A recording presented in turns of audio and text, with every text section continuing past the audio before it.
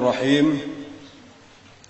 Alhamdulillahi rabbil alamin, wassalatu wassalamu ala asyrafil anbiya'i wal mursalin sayyidina wa maulana Muhammadin wa ala alihi wa sahbihi ajma'in, amma ba'd. Alhamdulillah, hari ini kembali kita bisa hadir di majelis pengajian kita ini dengan berkat taufik dan hidayah daripada Allah Subhanahu wa taala. Mudah-mudahan taufik dan hidayahnya terus diberikan kepada kita, amin ya rabbal alamin. Sudah kita sebutkan atau kita pelajari pada minggu yang lalu bahwasanya di antara kewajiban kita yang paling penting itu adalah menyempurnakan iman kita sebelum mati.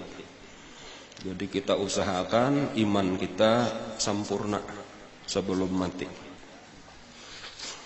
Di antara ukuran kesempurnaan iman itu adalah kesempurnaan cinta kepada Rasulullah. Jadi bila sempurna cinta kita kepada Rasulullah, itu tanda bahwa iman kita sempurna. Yang dimaksud dengan kesempurnaan cinta kepada Rasulullah adalah bahwa Rasulullah itu lebih kita cintai daripada diri kita sendiri dan yang lain-lain. Termasuk abah kah, mama kah, laki, bini, anak, harta benda, pangkat. Jadi sesudah Allah, Rasulullah. Diri kita di bawah. Itu tanda sempurna iman. Nah, untuk menuju ke situ, kepada kesempurnaan cinta kepada Rasulullah, itu salah satu jalannya itu adalah kita mengenal, mempelajari kisah tentang Rasulullah sebanyak-banyaknya. Karena dari kenal itulah insya Allah karena akan tumbuh cinta. Nah, jadi disinilah pentingnya kita mempelajari ilmu yang disebut dengan sirah nabawiyah. Arti sirah nabawiyah itu adalah sejarah hidup Rasulullah. Nah, untuk lebih memahami sejarah hidup Rasulullah, itu bagus kalau kita mempelajari sebelum kelahiran Rasulullah, keadaan Jazirah Arab sebelum kelahiran Nabi. Karena ada sangkut pautnya, ada kaitannya. Jadi makanya di dalam pengajian yang lalu itu diantaranya kita mengisahkan mulai kisah Nabi Ibrahim alaihissalam. Karena beliau itu adalah disebut bapak agama. Agama-agama samawi. Nah, agama-agama yang diturunkan Allah dari langit itu 3 macam. Yahudi, Nasrani, Islam. Itu bertamunya di Nabi Ibrahim.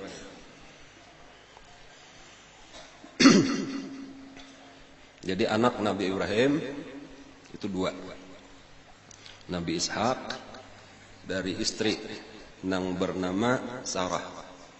Kemudian Nabi Ismail dari istri yang bernama Hajar. Asalnya Nabi Ibrahim itu berdiam di Irak. Nah, jadi peristiwa pembakaran oleh Raja Namrud itu di sekitar Irak. Nah, sesudah selamat, lalu mengungsilah beliau menjauh daripada negaranya Namrud tadi, terus ke Palestina, terus ke Mesir. Nah, di Mesir inilah diberi, walaupun panjang kisahnya, itulah diberi budak oleh Raja Mesir nang Bangaran Hajar. Jadi Siti Hajar itu adalah budak nang akhirnya atas permintaan Siti Sarah itu dikawini. Nah, lalu melahirkanlah Nabi Ismail. Di antara pelajaran yang lalu, inilah kita ulang sedikit, bahwasanya di Jazirah Arab itu agamanya sesudah Nabi Ibrahim dan Nabi Ismail membangun Ka'bah itu adalah agama Hanifiyah dan seterusnya. Jadi agama Hanifiyah itu adalah agamanya Nabi Ibrahim dan Nabi Ismail. Nah, sementara dari keturunan Nabi Ishak, kemudian Nabi Yakub, Nabi Yusuf dan seterusnya itu ada 1000 nabi. Nah, lalu yang terkenal itu adalah agama Yahudi. Itu yang pertama-tama. Nah, dengan kitabnya Taurat yang dibawa oleh Nabi Musa.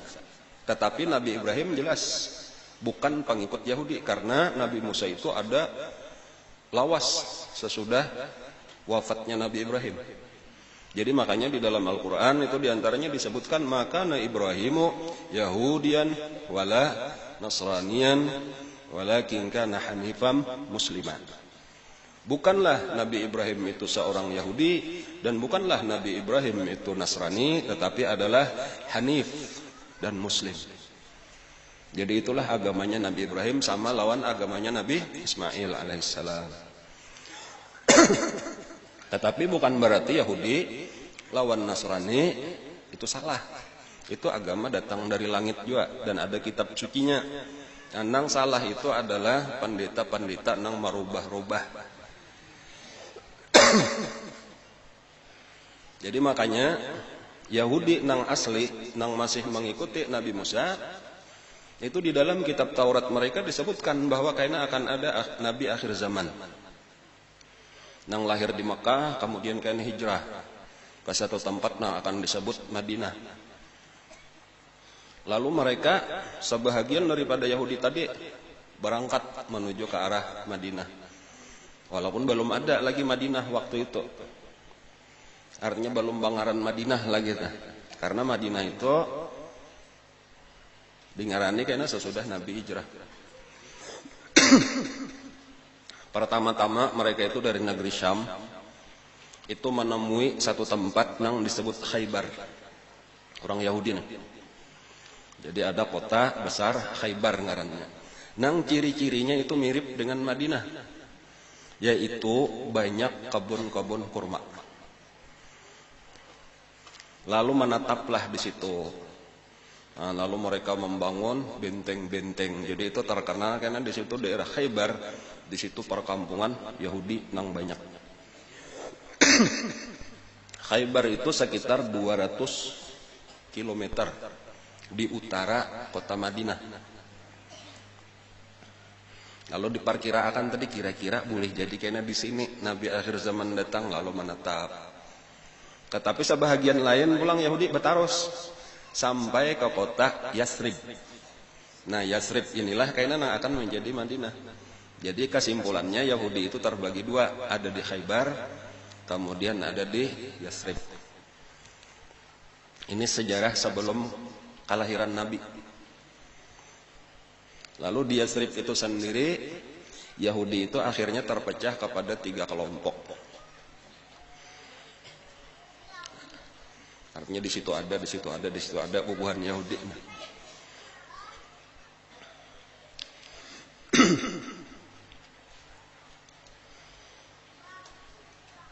Ada Bani Nadir, artinya ada Bani Qainuqa, ada Bani Mustalik, itu kelompok-kelompok Yahudi. Sementara penduduk asli Madinah atau Yasrib itu 2. Suku Aus lawan Khazraj. Itu penduduk asli Madinah, Aus dan Khazraj. Cuma banyak Aus dan Khazraj ini. Jadi kurang lebihnya kayak itu. Di Madinah atau di Yasrib sebelum kedatangan Nabi itu 1/3 penduduknya itu suku Aus. 1/3-nya lagi Khazraj. 1/3-nya lagi Yahudi yang terdiri daripada 3 kelompok tadi. Kurang lebihnya gambarannya dulu kayak itu. Antara Aus dan Khazraj ini saling terjadi peperangan rancak bakalahi.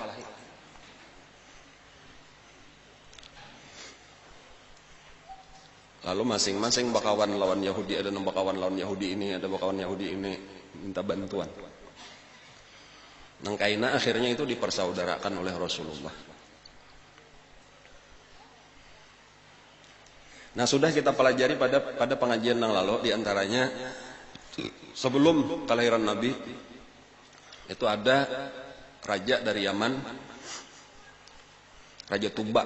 Ya, kalau lah nang sampai ke Madinah, kemudian memerangi ahlu Yasrib karena anaknya dibunuh, tetapi akhirnya kada jadi, hendak menghancurkan suku Aus dan Khazraj karena mendapat nasihat daripada pendeta Yahudi. Lalu inya masuk agama Yahudi. Nah, lalu bahkan akhirnya inya nang memberi pakaian Ka'bah. Lalu akhirnya mengajak orang Yaman masuk Yahudi, maka jadi Yahudilah sebahagian orang Yaman. Itu kisah kenapa Yahudi sampai ke Yaman.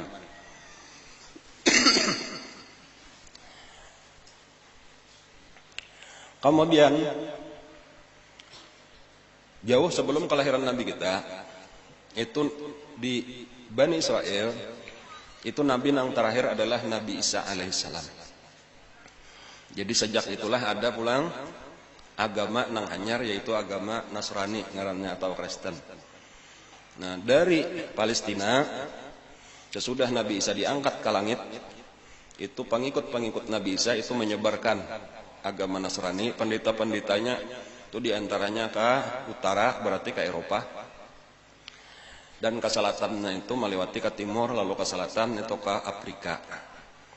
Jadi agama Kristen itu menyebar diantaranya dari Palestina itu menyeberang ke Mesir, dan sampai Raja Mesir nang di waktu itu disebut Mesir adalah sekarang ini Iskandaria. Nah, rajanya disebut dengan Muqawqis. Muqawqis itu lalu masuk menjadi Kristen.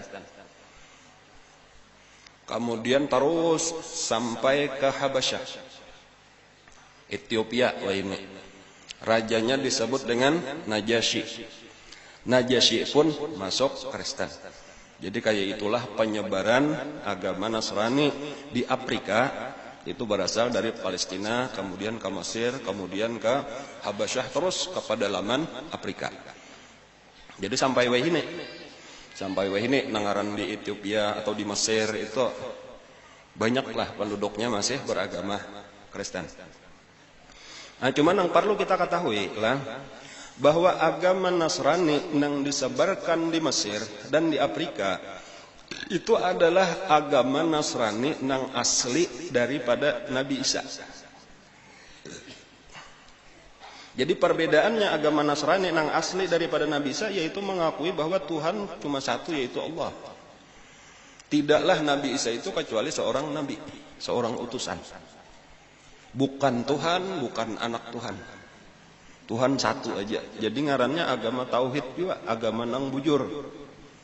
Itu nang penting. Sebagaimana Yahudi nang pertama sebelum kedatangan Rasulullah, baik nang di Khaybar ataupun nang di Yasrib, nang diikuti oleh Raja Tuba, itu adalah agama nang benar, yaitu agama tauhid, agama nang datang dari Nabi Musa alaihissalam.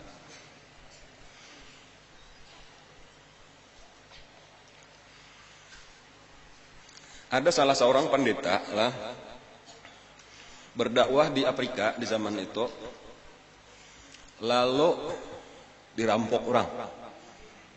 Nyakap pada lemen, lalu dirampok, ditangkap dan ditawan dan dijual menjadi budak. Salah seorang pendeta Nasrani di Habasyah, di Ethiopia. Kemudian nang manukarinya itu orang dari Arab, kebetulan ada di situ, ditukarinya, nukar budak, tak tukar, cuma kada tahu pada ini pendeta Nasrani.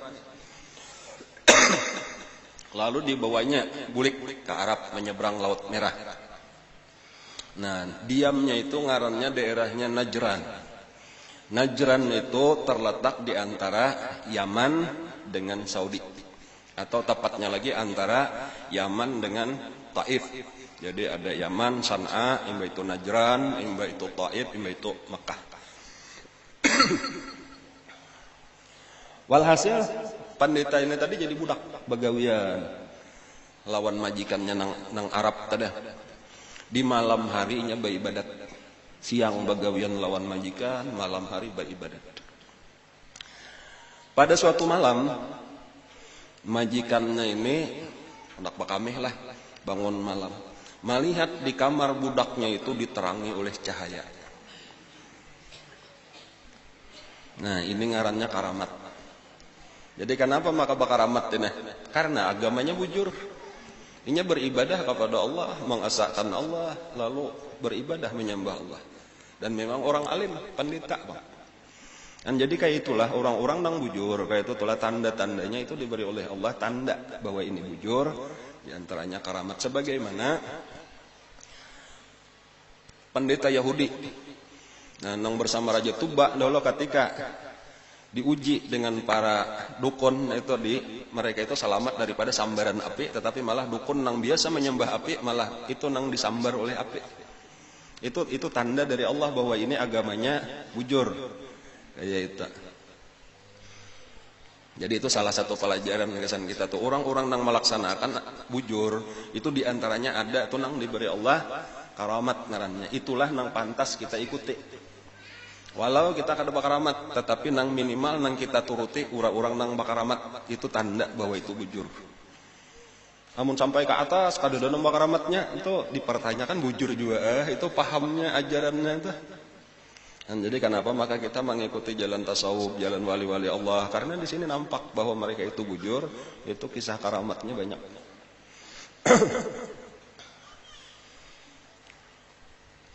Nah lalu ini tadi majikannya tadi Mbah Manihat itu ada cahaya, lalu dipanggil lah, lalu ditakuni, lalu dijelaskannya lah masalah agamanya, yaitu agama Nasrani mengikut agama Nabi Isa. Bahkan dibawainya majikannya tadi, pendeta Bang biasa berdakwah tuh dibawainya untuk masuk Nasrani. Tetapi majikannya menolak. Ujar majikannya, aku kada wani meninggalkan Tuhanku. Kalau sarik. Jadi ujar, nah ini napa garang Tuhan pian? Nah kami seluruh penduduk Najran ini menyembah pohon. Jadi ada pohon karamat. Di situ napa hajat kami meminta di pohon itu datu. Nah apakah ulun hendak menjual sapi? Supaya payo ulun hendak lakas dapat jodoh, macam-macam di pohon itulah.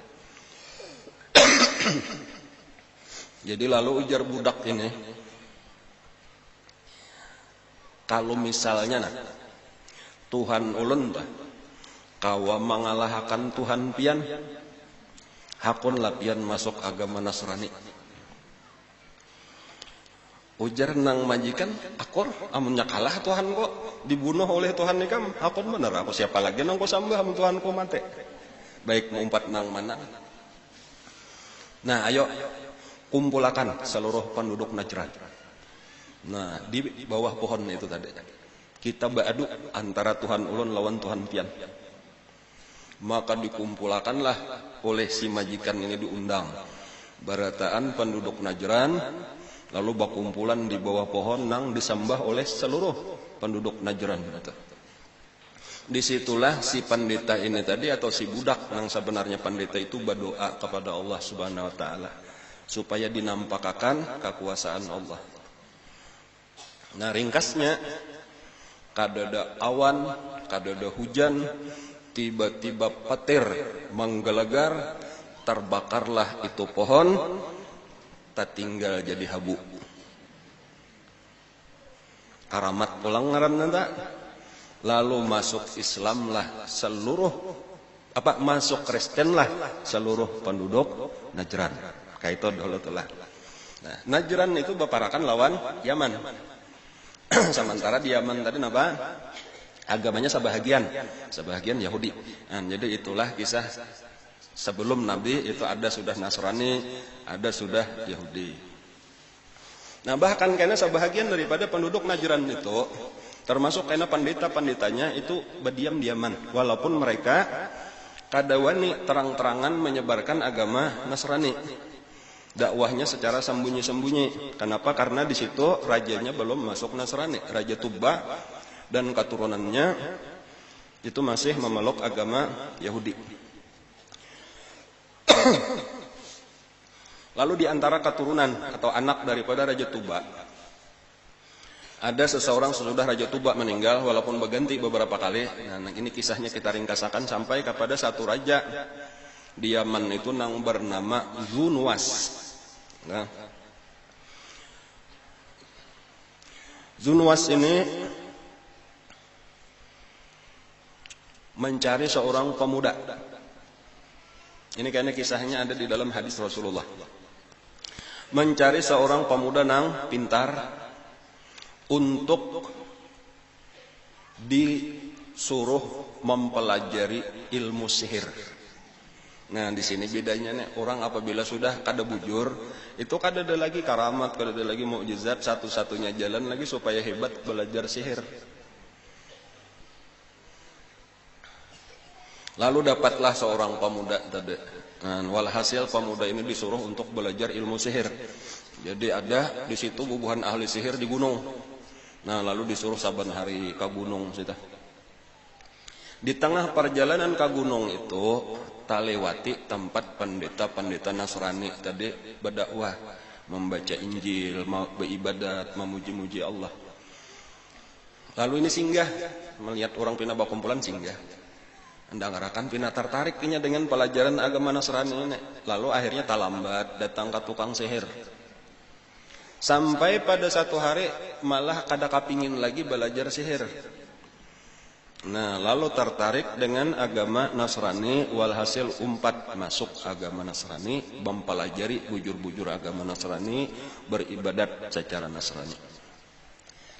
Nah, lalu tukang sihir balapor lawan raja. Ini suruhan pian, kada datang lagi, sudah beberapa hari, kada belajar sihir lagi. Nah, lalu dipanggil oleh raja, lalu macam-macam alasan. Nah, pada apa-apakahnya kada mengaku. Raja ini curiga, mesti ada apa-apanya, lalu diteliti. Sekalinya ketahuan bahwa inya sudah masuk Nasrani, dan umpat di situ lawan pendeta Nasrani. Nang, ya ujar aja nih kada beizin agama masuk negaranya. Walhasil ditangkaplah pendeta-pendetanya tadi, lalu disuruh untuk keluar daripada agama Nasrani. Mereka menolak, akhirnya dibunuh pendeta-pendeta tadi. Nah, termasuk pemuda yang sebenarnya disayangi oleh raja ini disuruh untuk kembali melepas agama Nasraninya, tetapi inya menolak. Akhirnya karena menolak lalu diancam oleh raja, bila inya kada hakun kembali kepada agama kita, tetap dengan agama Nasrani akan dibunuh, yaitu dengan dibuang ke laut. Nah, lalu inya tetap bertahan, maka diperintahkanlah beberapa orang tentara untuk naik ke kapal, suruh bawa ke tengah laut, karena dilempar di laut. Sampai di tengah laut, datang ombak, menghantam kapal, lalu kapalnya tenggelam, tentaranya mati berataan. Si pemuda ini berjalan di atas banyu, bulik sampai ke pantai. Diberi Allah napa karamat. Bingung nih melihat berataan. Ujar raja lawan tentara nang lain, bawa ke atas gunung. Situ nah. Lemparakan ke jurang. Lalu dibawa pulang oleh tentara-tentara ke atas gunung. Sampai di atas gunung, beguyang gunungnya. Tentaranya nang guguran ke jurang. Pemudanya selamat. Walhasil bermacam-macam cara hendak membunuh itu kada berhasil. Sampai akhirnya pemuda itu berkata, wahai raja, ikam kada kawa membunuh aku, karena aku ini dilindungi oleh Allah Tuhanku. Tetapi kalau ikam hendak membunuh aku, satu-satunya jalan adalah gunakan panah dan busurku.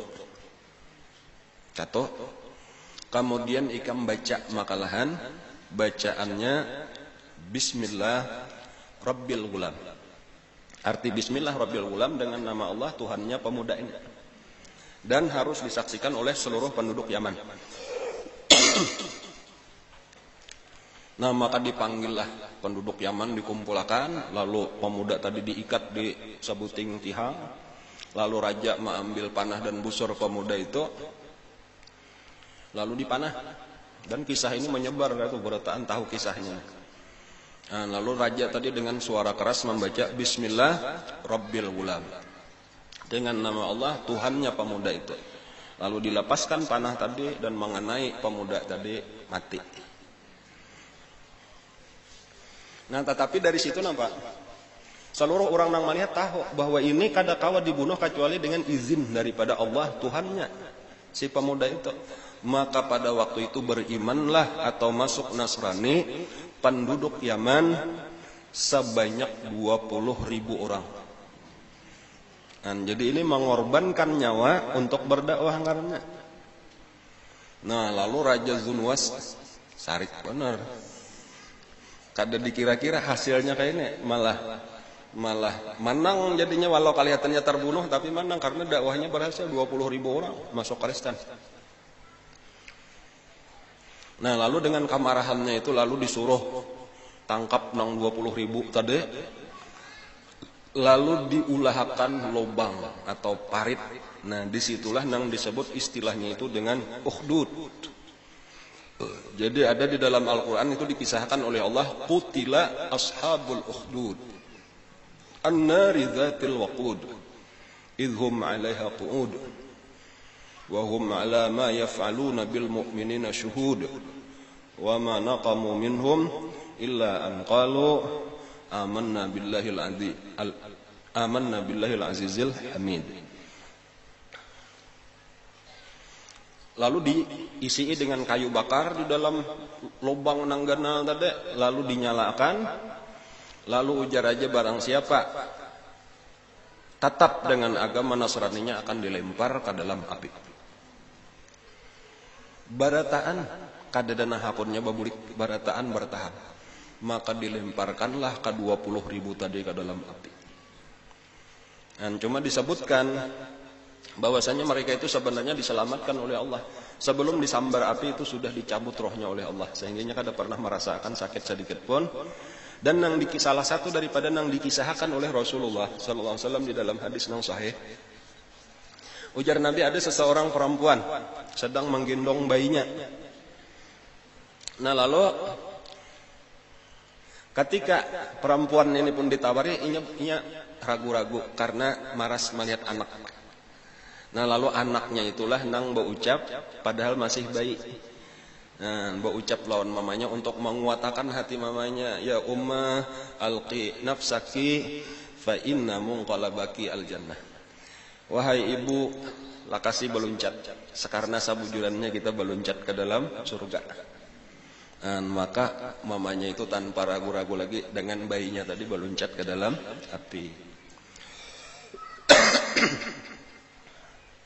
Habislah 20.000 tadi. Nah, itu kisahnya. Kecuali satu. Nah, ini supaya kisahnya panjang. Ini habis selesai. Tapi ini bukan dongeng lah, ini bujuran kisahnya. Nah. Kecuali satu orang. Nang kawa melarikan diri. Jadinya nang kawaran banyak benar 20.000 kata kejagaan juga. Ada nang sawat lapas. Walaupun nang lapas ini ketahuan disasahi, cuma nasib tadi kada dapat. Nah, di higa rumah di manakah bersimpan, di hutanan di manakah, walhasil kada dapat lapas saikong. Ngarannya Daus. Bukan Daus Mini. Daus Zu Sa'laban itu kalau lengkapnya ngaran nanti. Ini kayaknya ada kisah pulang suku Daus, ada kayaknya. Nah, lalu ini mencari pertolongan sampai ke Romawi. Jadinya berjalan kayak apa ini untuk minta tolong lah karena kezaliman Raja Yaman. Jadi nang terkenal waktu itu Raja Romawi ngarannya Kaisar. Jadi Kaisar jauh itu di Subalah negeri Syam itu, masuk ke Turki. Wah, ini minta tolong lawan Raja Romawi, mengisahkan keadaan Nasrani di Yaman dizalimi oleh Raja Tuba. Ujar Kaisar tadi, ujar Raja Romawi, sarik sabujurannya nyata. Cuma apa ngarannya, Yaman itu terlalu jauh. Itu di utara Arab, Syam tadi ataupun Romawi itu ada ini jauh di selatan di pinggir Laut Merah. Terlalu jauh aku kalau hendak menyerang ke Yaman. Aku cuma bisa mengirim surat. Nah, ini surat bawa ke negeri Habasyah. Itu Raja Najasyi itu adalah seorang Nasrani juga. Kayaknya Raja Najasyi lah nang menolong. Nah, jadi lalu Daus ini tadi dari Romawi terus pulang berjalan sampai ke Habasyah. Lalu menghadap kepada Raja Habasyah, Raja Najasyi, untuk mengisahkan ini, mendapat surat daripada Raja Romawi atau Kaisar tadi. Nah, membaca ini lalu diterima oleh Raja Najasyi, lalu dipersiapkanlah tentara sebanyak 70.000 tentara untuk menyerang Yaman. Menyeberang Laut Merah, jadi itu di Afrika, tinggal menyeberang dari Habasyah itu ke Yaman. Jadi entah berapa kapal lah. Pemimpinnya yang diutus oleh Raja Najasyi itu ngarannya Riyadh. Nah, jadi Riyadh itu ngaran pemimpin panglima perang yang mengapalai 70.000 tadi. Nah, salah satu tentara dengan pangkat tinggi juga, cuma di bawah daripada Riyadh, ngarannya Abraha. Nah, jadi Abraha itu adalah tentara daripada Najasyi yang dikirim ke Yaman untuk menaklukkan Raja Yaman yaitu Zunuwas. Walhasil terjadi peperangan antara tentara Habasyah dengan tentara Yaman, yang akhirnya Zunuwas terbunuh, tentaranya dikalahkan, maka dikuasailah Yaman oleh Ar-Riyadh. Menjadi gubernur Yaman, diulas sebagai gubernur di bawah kerajaan Habasyah. Hampir Raja Yaman, tetapi gubernur aja pulang. Jadi artinya dikuasai oleh Yaman. Jadi sudah ada kisah Abraha. Cuma jadi pembesar raja di gubernurnya itu bukan gubernurnya Riyadh. Nah, lalu Riyadh ini sesudah beberapa waktu berkuasa itu berlaku zalim. Sampai kepada orang-orang Habasyah sendiri nang sawarga negara yatunya zalim, memungut pajak sakahendak kayak itu. Walhasil banyak nang kada puas, bahkan dari orang Habasyah sendiri kada puas, apalagi nang penduduk asli Yaman nang dijajah. Lalu di antara nang kada puas itu adalah Abraha sendiri. Nah, walhasil banyak orang nang bergabung lawan Abraha, akhirnya terbentuk satu pasukan besar. Lalu terjadilah peperangan antara Abraha lawan Riyadh. Di dalam peperangan pertama kali, nah imba betamuan nata gubernur Riyadh itu menantang Abraha untuk bertarung satu persatu. Jadi ujar Riyadh, kita ini sama-sama orang Habasyah, jangan sampai kita mengorbankan tentara nang mati, siapapun nang menang membunuh tentara kita Habasyah, karena habis tentara kita dirabut Yaman. Ya, akan beta pikir ke situ. Kita aja sudah bakal berdua. Siapa menang, inyalah nang menjadi gubernur Yaman. Akur, ujar Abraha. Nah, walhasil perang tanding. Jadi tentaranya menyaksikan aja perang tanding. Ringkasnya siapa nang kalah nah? Abraha. Nah, kayak gitu. Jadi Abraha itu kalah. Di antaranya kalahnya itu apa? Karena tabasan pedang daripada Ar-Riyadh cuma nangkana hidungnya aja. Jadi pacul hidung Abraha. Nah, jadi makanya kalau di dalam tarikh itu ngarannya Abraha Al-Ashram. Al-Ashram itu artinya orang nang kada behidung. Nah, bahasa kita apa ya? Rongong aja lah.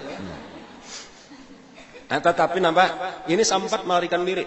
Jadi imbahnya hidung luka tadi langsung buka, langsung melarikan diri. Lalu kembalilah Yaman dikuasai oleh Riyadh. Itu. Nah, lalu beberapa waktu kemudian ternyata ini kada menyerah. Dengan diam-diam di waktu lengah Raja Riyadh itu diserang kembali oleh Abraha. Lalu kawainya membunuh Riyadh.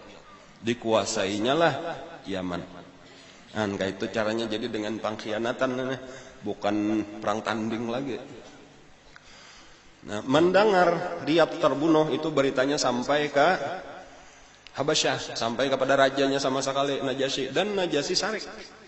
Karena sebenarnya orang yang dipercaya oleh Najasyi adalah Riyadh. Ini cuma sekadar tentara benar aja Abraha. Sekarang Abraha wani-wani membunuh Riyadh. Nah, lalu disiapkanlah tentara yang banyak dan langsung dipimpin oleh Raja Najasyi.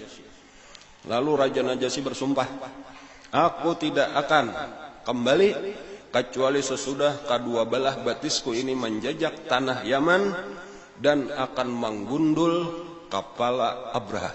Oh, itu kasarikannya. Jadi dua sumpahnya tadi. Kada akan kembali ke Habasyah kecuali pertama kedua batisku menjajak tanah Yaman dan aku akan menggundul habis kepala Abraha. Itu tanda, artinya hukuman kehinaan bila sampai digundul di tengah orang banyak. Nah, dan disiapkanlah tentara yang banyak. Berita ini sampai kepada Abraha, dan Abraha ketakutan. Nah, karena memang merasa salah bangsa orang. Lalu inya mau utus seorang utusan. Nah, utusannya ini dahulu artinya datangi Raja Najasyi sebelum inya tulak ke sini. Nah, bawakan ini tanah Yaman, dibawakan sakantungan tanah, kemudian kapalanya digundul. Jadi digundul dahulu, dibuat juga sakantungan rambutnya, sakantungan tanah, kemudian sabutingnya lagi surat. Nah, jadi sampaikan nenek. Nah, di dalam isi surat itu dikisahkanlah sebenarnya ulun kada malawan pian. Riyadh ini orang zalim, kayak ini kisahnya. Ini gasan kebaikan pian juga. Karena ini mah nimbulakan apa ngarannya pemberontakan, kayak bahkan orang Habasyah sendiri merasa terzalimi dengan Riyadh. Jadi seluruhnya Yaman tetap di bawah kekuasaan pian. Pian kada usah datang, ini tanahnya sudah ulun kirimi, jajak aja. Dan ini rambut ulun sudah ulun gundul, silakan. Jadi memang ulun sudah tunduk lawan pian. Akhirnya hilanglah kemarahan Raja Najasyi. Ampe sarik melihat nangkain tanda. Lalu dimaafkanlah Abraha dan ditetapkanlah Abraha secara resmi sebagai gubernur Yaman.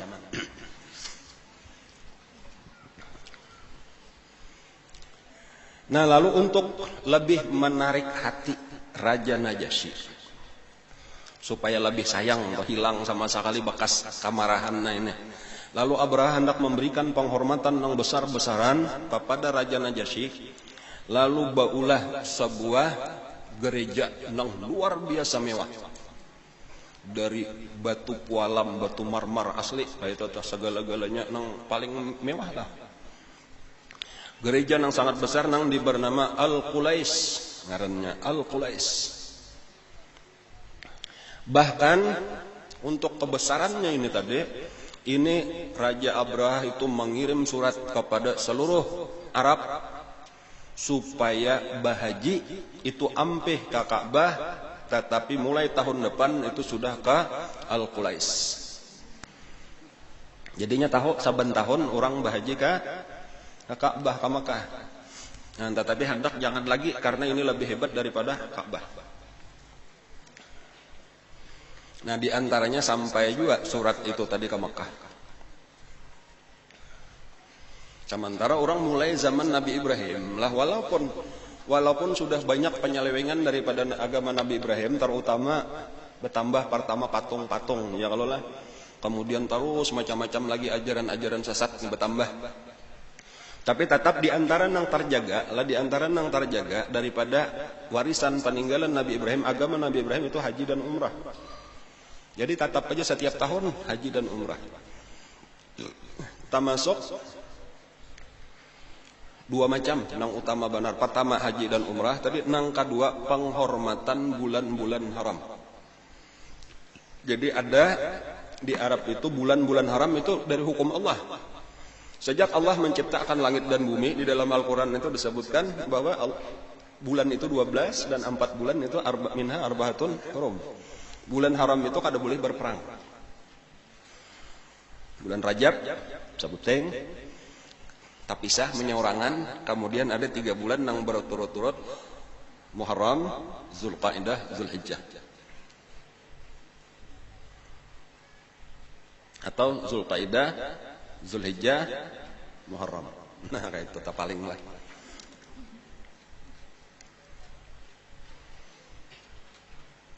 Ini masih Syawal kalau lagi lah. Nah, imbah ini apa? Zulqa'dah. Itu masuk bulan haram sudah. Imbah itu kayaknya Zulhijjah. Itu bulan haram pula. Kemudian Muharram. Itu 3 bulan berturut-turut, sabulan tapi sah, yaitu Rajab. Itu peraturan Allah ya, dan itu disampaikan oleh Nabi Ibrahim. Itu bulan mulia di antara 12 bulan, yaitu 4 bulan. Di antaranya di bulan mulia itu adalah kada boleh ada terjadi peperangan, kecuali membela diri. Jadi kalau membela diri artinya ada orang nang memerangi itulah nang zalim, itulah nang melanggar hukum Allah. Adapun nang membela diri kada berdosa. Tetapi lah nangaran tadi syaitan nenek terus berusaha menyesatkan manusia. Jadi nang sudah tahu peraturan Allah kayak itu, di antara orang-orang Mekah itu, ini kayaknya dirubahnya peraturan itu tanpa mengurangi 4 bulan tadi bulan haram. Jadi ada di dalam Al-Quran itu disebutkan innaman nasi'u ziyadatun fil kufr. Jadi ada istilah nasi. Nasi itu artinya menunda. Jadi bahasa Indonesianya menunda. Mereka itu apabila hendak berperang, tetapi takana bulan haram, itu bulan haram ditundanya. Jadinya bulan hukum saurang. Jadi anggap misalnya bulan Syawal, ini. Seharusnya imbah Syawal ini apa? Zulqa'dah, bulan haram. Tetapi ketika ini hendak berperang, ujarnya Zulqa'dah bulan Dzulhijjah. Nah, bulan ini kita ulah bulan 13 ngaranna. Ini bulan tambahan untuk menunda bulan Zulqa'dah. Itulah yang disebut dengan nasi, yaitu tambahan di masa kafir.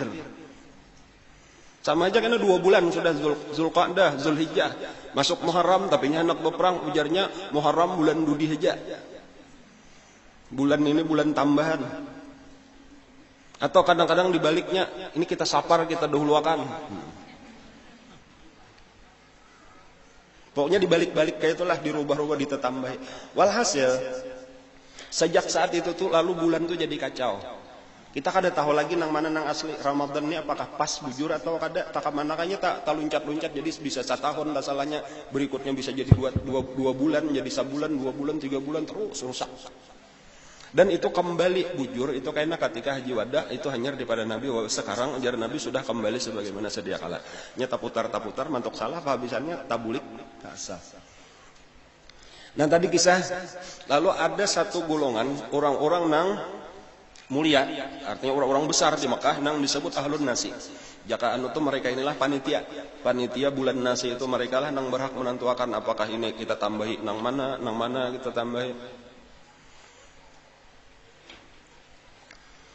Ahlun nasi inilah nang ketika menerima surat dari Abraha, mereka itulah nang paling marah dengan perintah Abraha tadi untuk berhaji ke Yaman.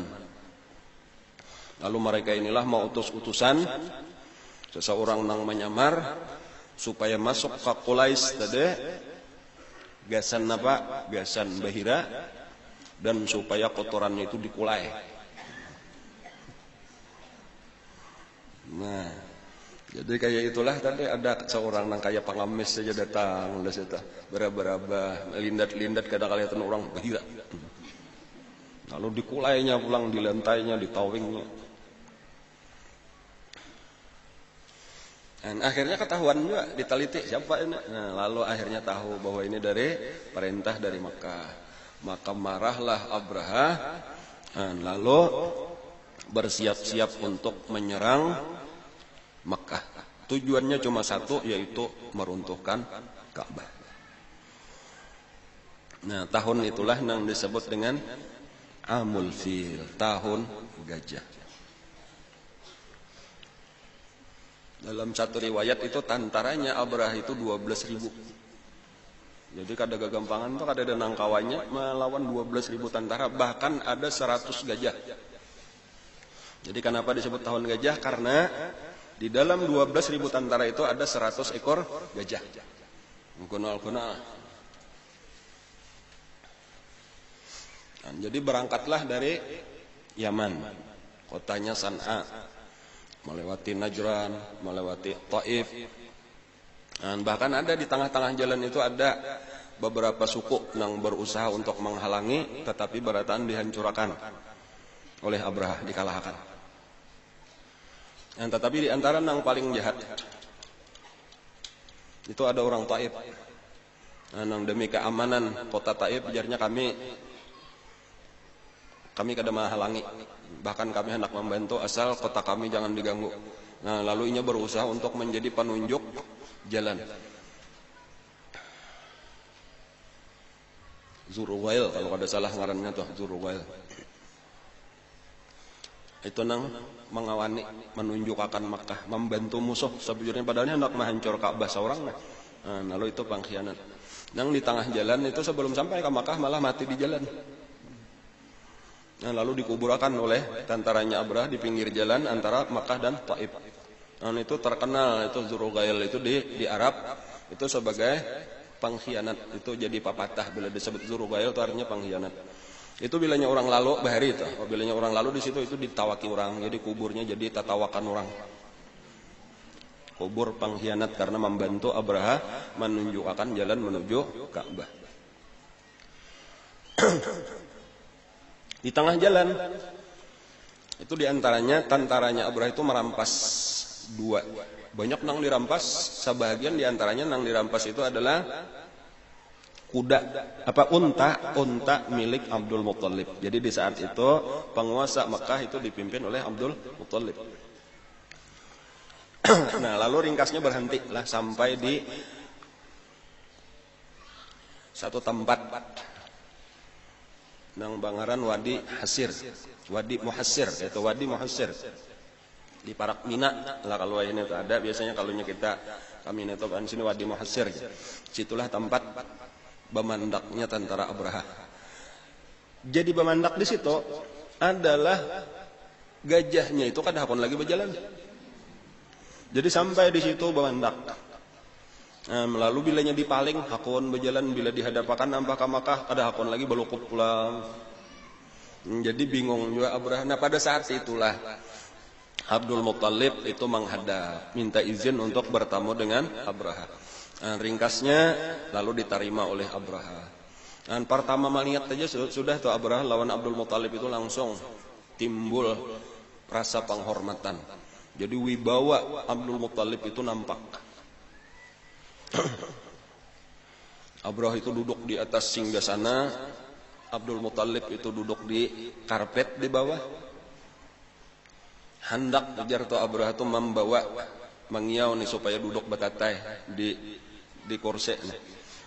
Cuma takutan kalau artinya bubuhan tentaranya ini sarik, kenapa maka musuh dimuliakan.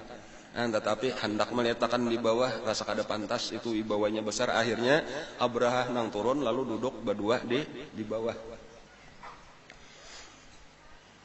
Lalu di antara pembicaraan ujar Abraha, "Napa hajat ikan?"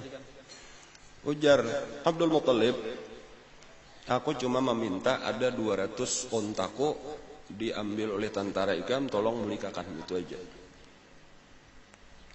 Ujar Abraha, "Aku mengira kedatangan ikam ini bukan untuk urusan unta, karena ada urusan yang lebih besar, yaitu aku hendak meruntuh Ka'bah. Masa ikam gak ada menyinggung ini? Sekalinya unta nang diurus." Ujar tuh model kayak mahina akan tadi aku sudah menghormati ikam. Ujar Abdul Muttalib, "Unta itu adalah milikku, adapun Ka'bah itu adalah milik Allah. Jadi karena milikku aku bertanggung jawab untuk mengurus milikku, adapun Ka'bah itu aku serahkan ikam langsung karena berurusan lawan Allah, pemilik Ka'bah." Nah, maka terdiamlah Abraha. Lalu akhirnya ujar Abraha lawan tentaranya, "Serahkan ini untanya nang dirampas, bulikakan." Nah, lalu buliklah Abdul Muttalib ke Makkah dengan membawa 200 unta tadi. Lalu memerintahkan kepada penduduk Makkah supaya keluar dari Makkah kosongakan. Naiklah ke gunung-gunung, kita melihat apa yang akan terjadi. Karena kita kada mungkin melawan 12.000 tentara ini.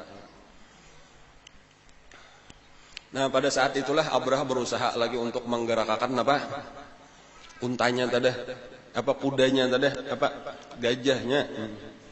Walhasil gajahnya tetap kada hakun. Pada saat bingung kayak apa caranya, tahu-tahu datanglah rombongan burung ababil. Nah, itulah kisah nang mereka itu burung halus-halus saja. Soalnya burung ababil itu kurang lebih burung pipit. Walhasil halus pada nong gonol-gonol kayak Garuda Pancasila. Membawa batu masing-masing 3 biji, di montongnya, di patoknya sabuting, di tangannya 2 buting.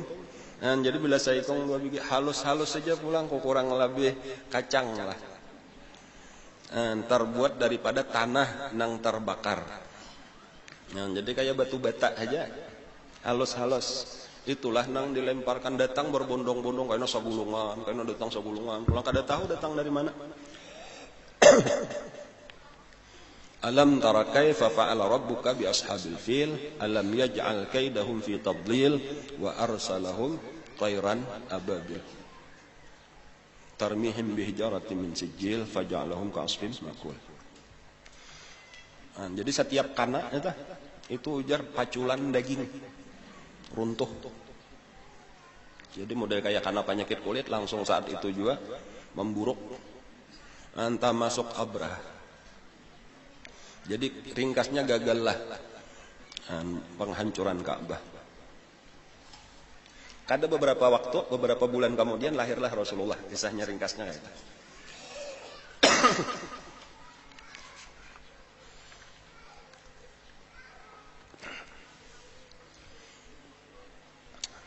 Cuma kita kembali dahulu kisah Quraisy, kalau enggak kisah Mekah. Sejam baraklah. Dikisahkan pada pengajian nang lalu, jadi ini kita berpindah dulu judulnya pulanglah. Bahwa Mekah itu asalnya didiami oleh Nabi Ismail dengan suku Jurhum. Nah, lalu zuriat Nabi Ismail inilah nang berdiam di Mekah. Tetapi akhirnya Jurhum itu diserang oleh Khuza'ah, Bani Khuza'ah. Pimpinan nang pertama kepalanya bangaran siapa Amr ibn siapa? Sudah ingat?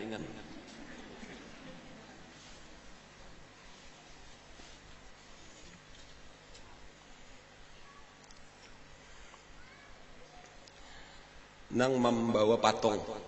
Nah, lalu mulailah patung disembah di Arab. Bin siapa? Amr bin Luhai. Nah, itu Amr bin Luhai. Itu melihat orang Syam. Bahasa Amalikah ngaranna tu orang pedalaman juga bukan bukit di Syam itu. Menyembah patung hendak juga. Kayak itulah syaitan membisiki sabujarannya. Itulah nang membawa patung ke Mekah. Lalu diperintahlah orang Arab bertahan karena ini penguasa Mekah. Dan itu kekuasaannya itu terus-menerus sampai kepada anaknya, cucunya, buyutnya dan seterusnya. Bani Khuza'ah itu berkuasa ujar itu kurang lebih sekitar 500 tahun di Mekah itu. Nah, adapun keturunan daripada Nabi Ismail itu tetap hidup di Mekah, tetapi kada mempunyai kekuasaan apa-apa. Nah, jadi sebagai orang nang terjajah. Nah, terutama tadi bahkan Jurhum itu banyak nang mengungsi keluar. Sebahagian pun tadi hidup dengan kehinaan di Mekah kecuali nang masih dimuliakan yaitu bubuhan zuriat Nabi Ismail. Karena memandang mereka itu adalah keturunan Nabi. Jadi masih orang mulia cuma kalah dengan penguasa nang dari Khuza'ah. Tetapi mereka lebih bebaslah daripada Jurhum nang lain kayak itu telah. Karena mereka orang mulia keturunan Nabi. Di antara nang terbesar daripada keturunan Nabi Ismail itu adalah seseorang karena zuriat sidin daripada Adnan dan terus ke bawah itu di antara nang terkenal yaitu ngarannya Fihir. Jadi ini datuk daripada Nabi kita. Fihir inilah karena nang sempat menjadi orang besar, orang terkenal kayak itu dan bahkan beliau itulah nang diberi gelar Quraisy. Jadi Quraisy itu ngaran daripada Fihir. Nah, kaina zuriatnya itu disebut dengan suku Quraisy. Nah, itu termasuk orang mulia di Mekah.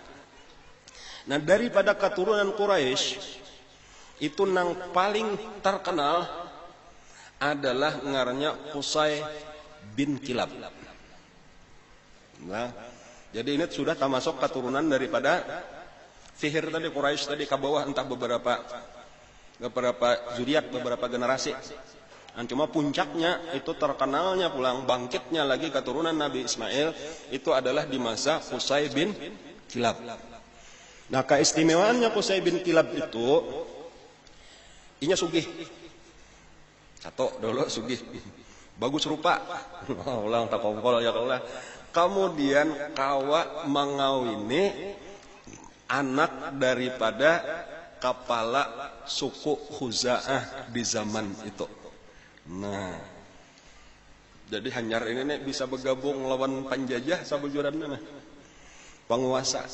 Lalu menjadi mulia lah, terkenal lah Qusay bin Kilab karena bininya adalah anak daripada pemimpin suku Khuza'ah di zaman itu. Sementara ini sudah mulia terdahulu sebagai keturunan Nabi Ismail. Dan kekuasaan pulang Mintuha, wah ini jadi raja. Jadi menantu raja. Ketika Mintuha meninggal, nah langsung Qusay ini mengumpulkan keluarganya dan melantik dirinya menjadi Raja Mekah. Artinya pemimpin Mekah. Tetapi, nah ada tapinya, diprotes oleh anak-anak daripada raja nang meninggal tadi. Ujarnya ini minanto kada berhak, kami nang berhak untuk menjadi raja kayak itu. Walhasil terjadilah peperangan. Nah, ini terjadi peperangan dan sangat banyak korban. Sampai akhirnya terjadi gencatan senjata. Lalu diadakan perdamaian. Nah, kesimpulannya perdamaiannya kita mencari seseorang hakim yang akan memutus siapa yang berhak sebenarnya untuk memimpin Mekah. Nah, lalu dipilihlah masing-masing mengajukan, ringkasnya walhasil sampai kepada keputusan itu orang yang paling tua di zaman itu dan paling bijaksana. Nah, lalu itulah yang diminta untuk menjadi hakim. Lalu masing-masing mengajukan alasan-alasan. Jadi kalau ujar Bani Khuza'ah tadi, kami ini asli abah kamilah nang jadi pemimpin. Sesudah meninggal ini hendak merebut ini minantu benar aja. Ada kami sudah asli anak-anak sidin putra mahkota kami. Seharusnya salah satu dari kami. Ujar Qusay bin Kilab, bujur aja ini mintu aku, tetapi sebenarnya ini penjajah. Makkah ini mulai Ka'bahnya itu nang mandiriakan adalah datuku. Tetapi direbut ini oleh Bani Khuza'ah mulai Amr bin Luhai. Jadi wajar seharusnya kembali kepada kami pulang. Ini penjajah harus melepaskan diri. Ini masanya sudah zaman kemerdekaan. Penjajahan di muka bumi ini kada sepantasnya. Cadang proklamasi sudah. Penjajahan ini tidak berperi kemanusiaan dan berperi keadilan gitu. Kalau telah nyata. Walhasil diputuslah oleh hakim yang terpilih tadi dan sepakat sudah apapun keputusan wajib kita menerima. Lalu keputusannya kekuasaan Mekah 100% yang berhak cuma Qusay bin Kilab. Nah, jadi disitulah sejak itulah kembali pulang kepada zuriat Nabi Ismail. Dan ini tunduk tadi tah bubuhan Bani Khuza'ah melepaskan diri. Dan jadi lalu pada saat itulah kembali di tangan Qusay bin Kilab. Qusay itu karena bisian anak ngarannya siapa ya? Abdul Manaf, yalah. Abdul Manaf itu bisian anak, kemudian karena di ngarannya Hashim. Atau Hashim dulu lah. Hashim dulu. Hanyar Abdul Manaf. Bahkan dua itulah, ini banyak anaknya lah. Anak Qusay itu katanya dua, Saikong ya Pak. Ada Hashim, ada Zuhrah. Saudaranya adalah ada Hashim, ada Zuhrah. Hashim itu bisian anak Abdul Manaf. Zuhrah bang anaknya siapa? Abdul Manaf juga. Nah, supaya nyaman mengatakanlah. Jadi tadi ada anaknya Qusay bin Kilab itu ada Hashim, anaknya Abdu Manaf. Ada lagi anaknya Saikung ngarannya Zuhrah, ini lalakian jala, anaknya pun Abdu Manaf. Hashim beisian anak tadi Abdu Manaf, anaknya Abdu Manaf Abdul Muttalib. Zuhrah beisian anak Abdu Manaf, anaknya Abdu Manaf Wahab. Pahamlah? Wahab ini kena beisian anak Aminah. Abdu Manaf nang beisian anak Abdul Muttalib, beisian anak ngarannya Abdullah. Itu. Menyesalahkan kita bujurakan.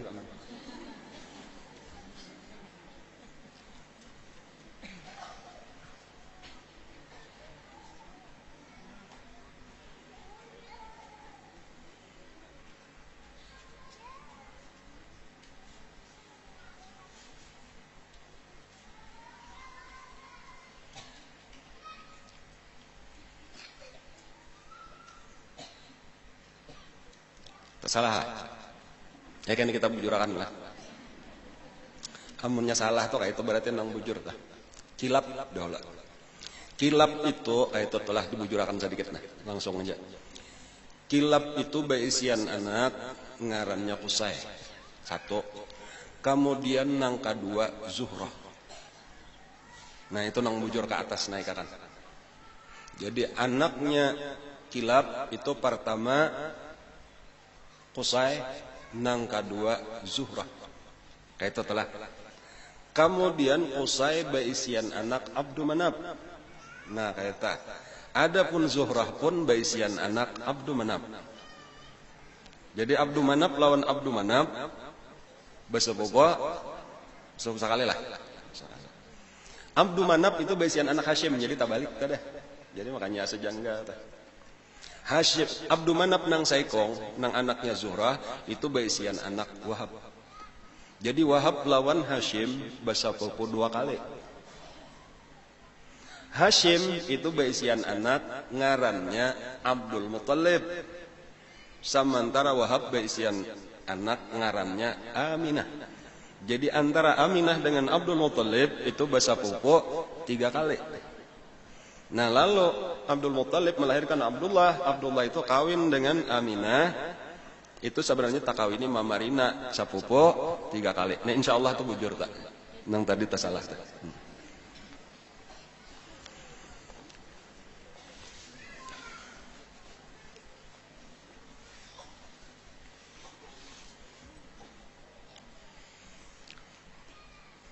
Sabuting tambahan lagi kisah lah.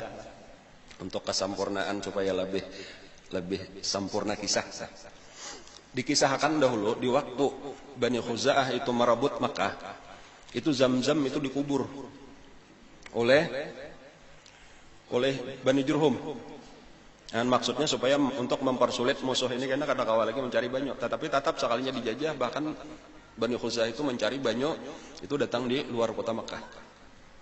Nah ketika sudah dikuasai, direbut kembali, itu nang pertama-tama tamimpi itu adalah Abdul Muttalib.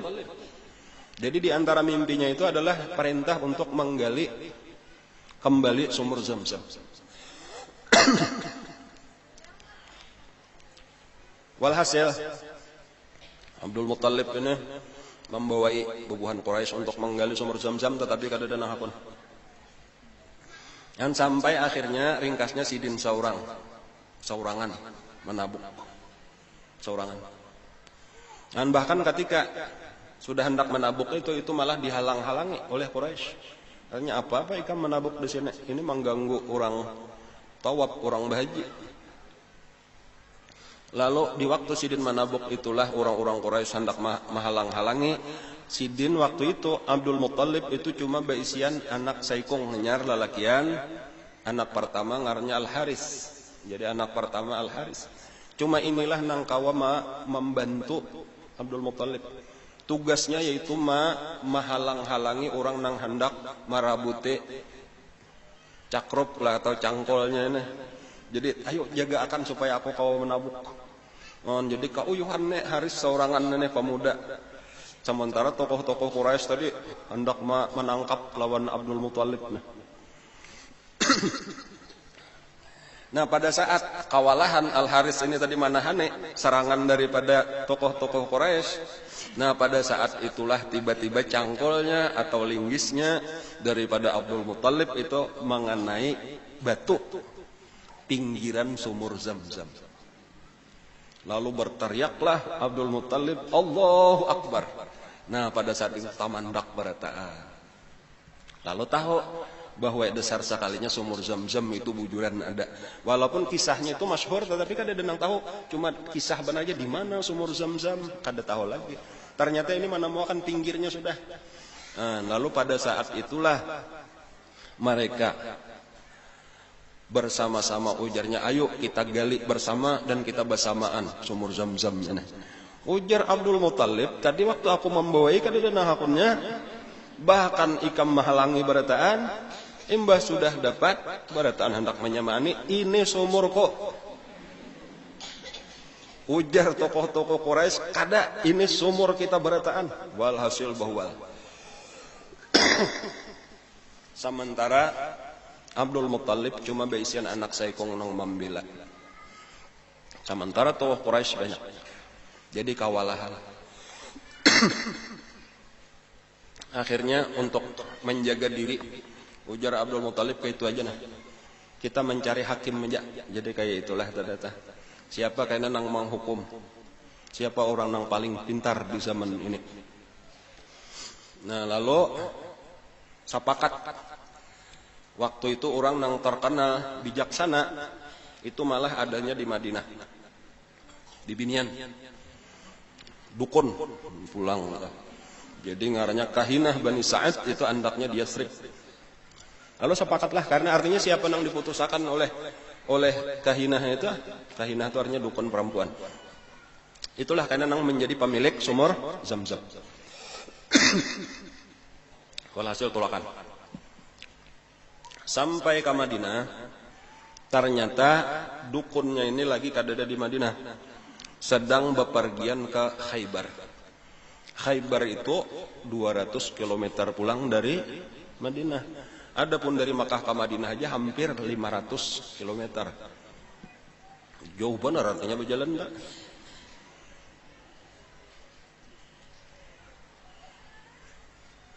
Nah lalu tulakan kita datangi ke Khaybar. Walhasil tulakan terus ke Khaybar. Di tengah perjalanan kehabisan banyu. Di tengah padang pasir. Habis banyu, kehausan. Habis bekal, kelaparan. Akhirnya apa? Kada kawan apa-apa lagi, maju salah, mundur salah. Jadi mahadang hujan gak ada harapan turun. Akhirnya sepakat sudah, kita masing-masing menabuk kubur aja sudah.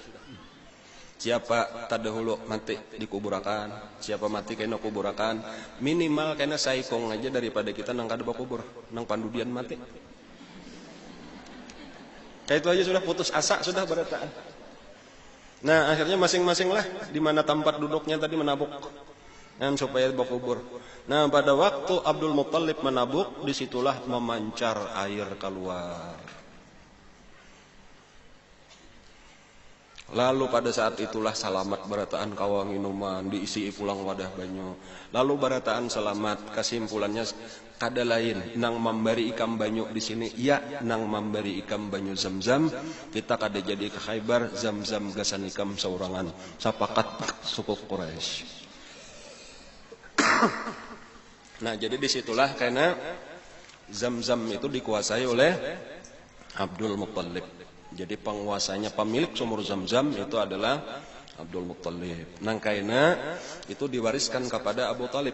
Tugasnya itu ngarannya kalau istilah di Quraisy itu siqayah. Siqayah itu adalah memberi minum orang-orang haji dari sumur Zam-Zam. Itu pemimpinnya, kepalanya itu adalah Abdul Muthalib. Nah kayak itulah seterusnya karena parak sudah kisah menjelang kelahiran Rasulullah sallallahu alaihi wasallam. Seakan-akan kita ini sudah maksudnya tadi memahami lah keadaan menjelang kelahiran Nabi itu. Insyaallah mudah-mudahan kita diberikan umur nang panjang, kesehatan, dan lalu kita kawak karena lebih banyak mempelajari kisah tentang Rasulullah dengan harapan tadi mudah-mudahan kecintaan kita terus bertambah, iman kita sempurna, lalu karena kita mati barataan dalam keadaan husnul khatimah tak kumpul lawan Rasulullah di dalam surganya. Amin ya rabbal alamin. Ala hadin niyat wa ala kulli niyatin shalih wa hadratin nabi. Al-Fatihah.